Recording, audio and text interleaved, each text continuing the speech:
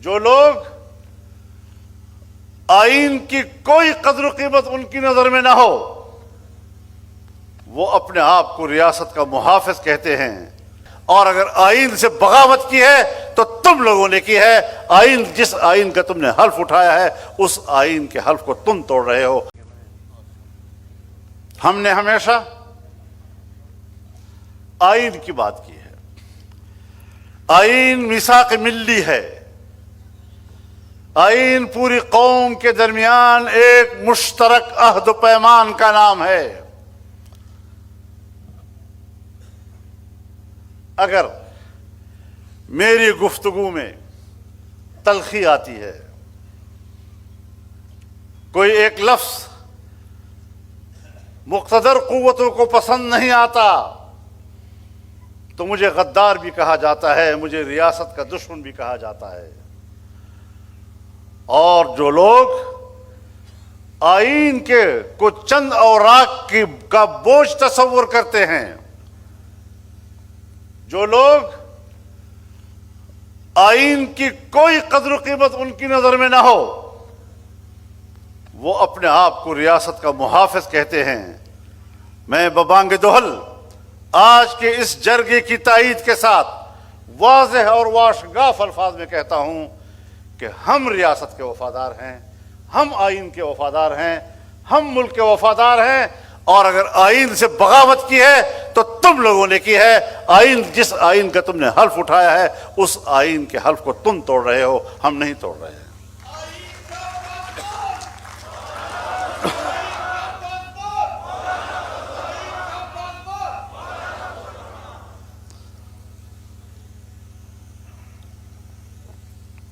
میرے دوستو،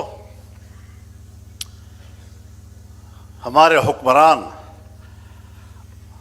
بڑے آقا امریکہ کے بڑے پیروکار نظر آتے ہیں۔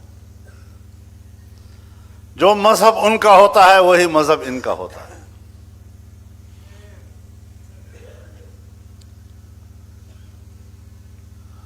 امریکہ نے کہا میری جنگ دہشت گردی کے خلاف ہے۔ دہشت گردی کی کوئی تعریف بھی نہیں تھی کسی کتاب میں، لیکن افغانستان میں دہشت گردی کے خلاف جنگ کے نام پر امریکہ نے فوجیں اتاری، تو ہمارا حکمران مسلمان بھائی کے شانہ بشانہ کھڑے ہونے کی بجائے امریکہ کے شانہ بشانہ کھڑا ہو گیا۔ امریکہ کا اتحادی بن گیا۔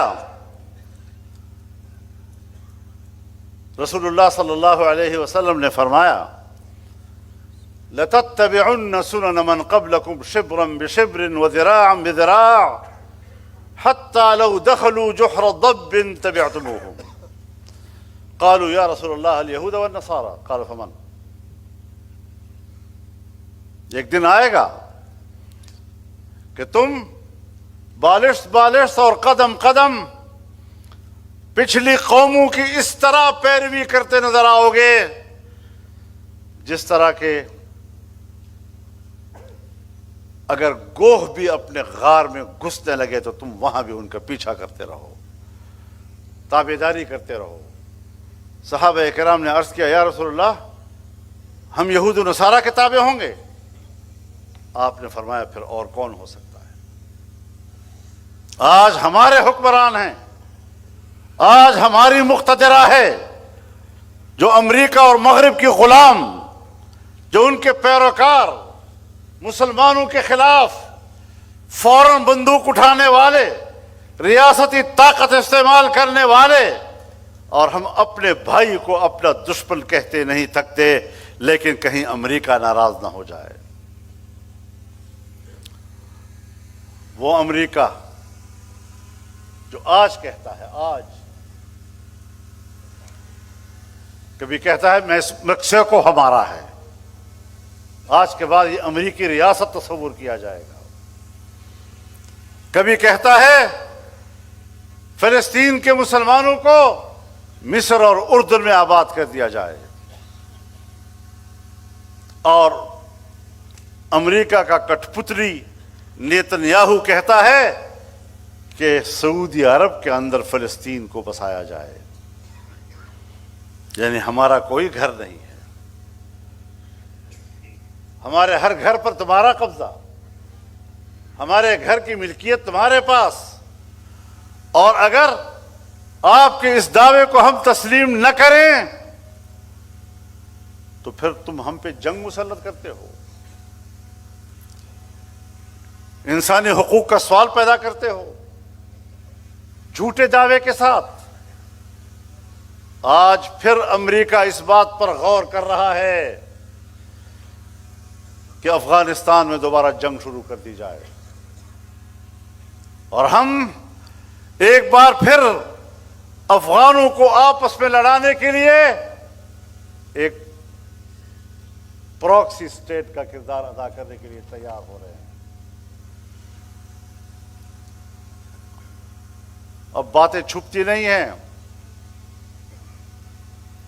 اپنے مسلمان بھائیوں کو دشمن کہنا اور عالمی کفر کو اپنا آقا کہنا اور اس کی اتحادی ہونے پر فخر کرنا، اس سے بڑھ کر نہ اسلام دشمنی اور ہو سکتی ہے، نہ پاکستان دشمنی اور ہو سکتی ہے۔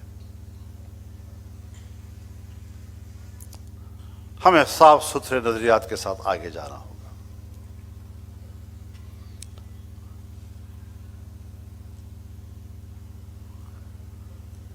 یہاں پر اگر پشتون اپنے حقوق کے لیے اکٹھے ہوتے ہیں تو ہم ان پر گولیاں چلاتے ہیں،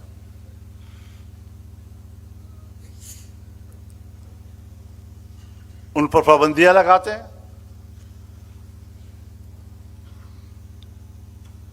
میں سوچتا ہوں کہ جب مجھ پر پابندی لگائی جاتی ہے، میری پارٹی پر پابندی لگائی جاتی ہے، تو یہ الزام ہے۔ اس الزام کی سزا مجھے اس وقت دی جا سکتی ہے اگر میرے خلاف کھلی عدالت میں مقدمہ چلایا جائے، میرے اوپر الزام ثابت ہو جائے، پھر ریاست کو مجھے سزا دینے کا حق حاصل ہے۔ لیکن اگر کسی عدالت کے سامنے آپ نے میرا مقدمہ لے کر نہیں گئے، آپ میرے پر الزام لے کر نہیں گئے اور میری پارٹی پر پابندی لگاتے ہیں، میری سیاسی رہنماؤں پہ پابندی لگاتے ہیں، میرے کارکنوں پہ پابندی لگاتے ہیں، تو پھر آئین کی خلاف ورزی تم کر رہے ہو، اس کی خلاف ورزی ہم نہیں کر رہے۔ سیاست میں تشدد، ہم تو اس کے خلاف ہیں۔ اعتدال کے رویوں کی طرف ہمیں سب کو جانا ہوگا اور قوم کو ایک کرنا ہوگا۔ میرے محترم دوستو،